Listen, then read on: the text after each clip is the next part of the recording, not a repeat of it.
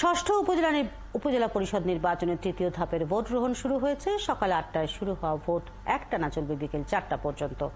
সকালে বিভিন্ন কেন্দ্রে ভোটার উপস্থিতি কম রয়েছে, তবে বেলা বাড়ার সাথে সাথে ভোটার সংখ্যা বাড়বে বলে আশা করছেন প্রার্থী ও নির্বাচনী কর্মকর্তারা। এ ধাপে মোট ৮৭টি উপজেলায় ভোট গ্রহণ করা হচ্ছে। নির্বাচনে চেয়ারম্যান পদে ৩৯৭ জন, ভাইস চেয়ারম্যান পদে ৪৫৬ জন ও মহিলা ভাইস চেয়ারম্যান পদে ২৯৯ জন মিলিয়ে মোট ১,১৯৬ জন প্রার্থী প্রতিদ্বন্দ্বিতা করছেন। ৫৬টি পৌরসভা ও ৮৪১টি ইউনিয়নে ভোট দেবেন ২,৮,৭৫,১৮৪ জন ভোটার। উপজেলা নির্বাচনের খবর নিয়ে এখন নোয়াখালী থেকে আমাদের সাথে যুক্ত হচ্ছেন সহকর্মী শাহনাজ শারমিন। শাহনাজ, এর আগে দেশযোগে আপনি জানাচ্ছিলেন সেখানকার খবর, ঠিক এই মুহূর্তে কি পরিস্থিতি দেখছেন? ভোট শুরু হয়ে গেছে সকাল ৮টায়।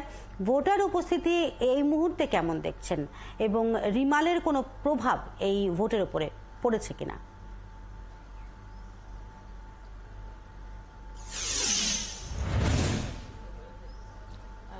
শিল্পী মৌলানা নবী, আপনি যেটি বলছিলেন যে ভোট শুরু হয়েছে সকাল ৪টায় এবং বিরতিহীনভাবে সকাল ৮টায় বিরতিহীনভাবে চলবে বিকেল ৪টা পর্যন্ত।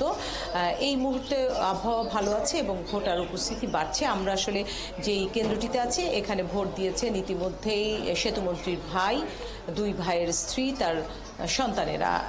এটি বসুরহাট পৌরসভার Udayan pre cadet academy.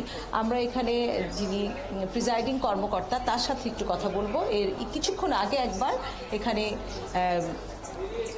Mobile court এবং জেলা ম্যাজিস্ট্রেট তিনিও এসে ঘুরে দেখে গিয়েছেন যে কেমন আছে পরিস্থিতি। আমি একটু প্রিজাইডিং কর্মকর্তার কাছে জানতে চাই, রুহুল আমিন, যে ভোটার উপস্থিতি কেমন, এখন পর্যন্ত কত ভোট পড়েছে এবং এখানকার সার্বিক পরিস্থিতি কেমন? আলহামদুলিল্লাহ, সার্বিক পরিস্থিতি ভালো।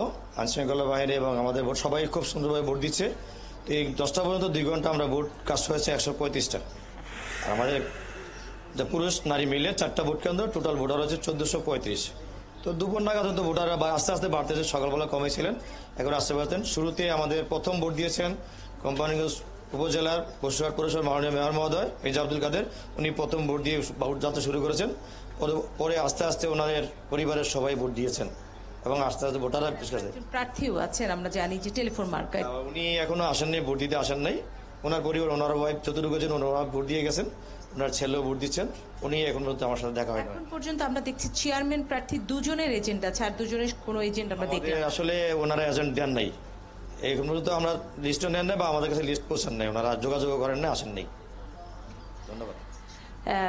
শিল্পী মৌলানা নবী যেটি বলছিলেন প্রিজাইডিং কর্মকর্তা, এর পাশাপাশি আমরা দেখেছি যে এখানে সাদাত হোসেন আনারস মার্কায় যিনি, তার সহধর্মিনীও ভোট দিয়ে গেছেন এবং তাকে আমরা প্রশ্ন করেছিলাম যে আসলে তাদের কেমন দেখছেন ভোট এবং ভোটের জয়ের বিষয়ে তারা কতখানি প্রত্যাশী। তিনি বলেছেন যে যদি সবাই নির্বিঘ্নে এসে ভোট দিতে পারে তবে জয়ের বিষয়ে তারা শতভাগ আশাবাদী। তার কন্যাও ভোট দিয়েছেন।